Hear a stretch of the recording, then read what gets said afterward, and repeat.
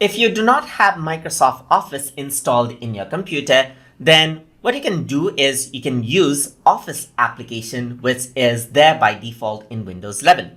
So Office application is basically web version of Office that is free to use. So once you open it out, what happens is that you see the web version of your Office, and all of the files that you work with in this Office app is stored on Office Web. So over here, if I were to go around onto, let's say, for example, Word right here, click here, you can see that I can create a blank document. So if I were to go around and click on new blank document, then what happens is that it opens up the web version of Microsoft Word right here.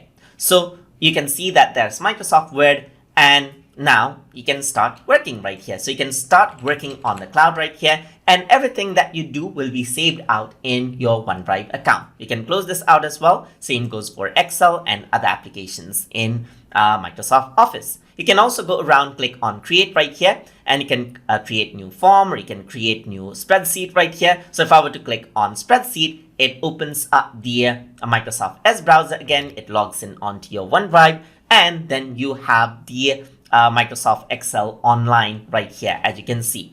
If you want to learn more about Microsoft Office and how you want to work with it, then you can view my lessons on Word, PowerPoint, and Excel from the tutorial playlist as well.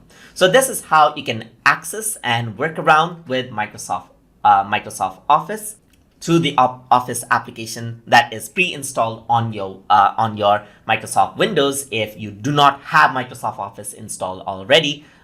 So hope you guys learned something as always. And as always, please like, comment, share, and subscribe.